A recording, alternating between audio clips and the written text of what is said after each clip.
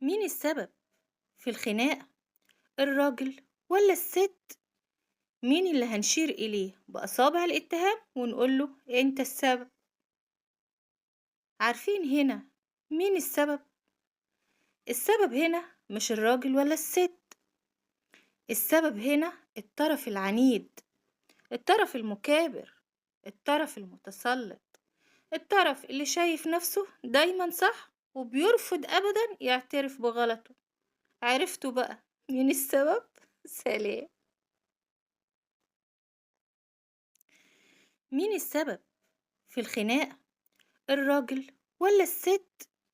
مين اللي هنشير إليه بأصابع الاتهام ونقول له أنت السبب؟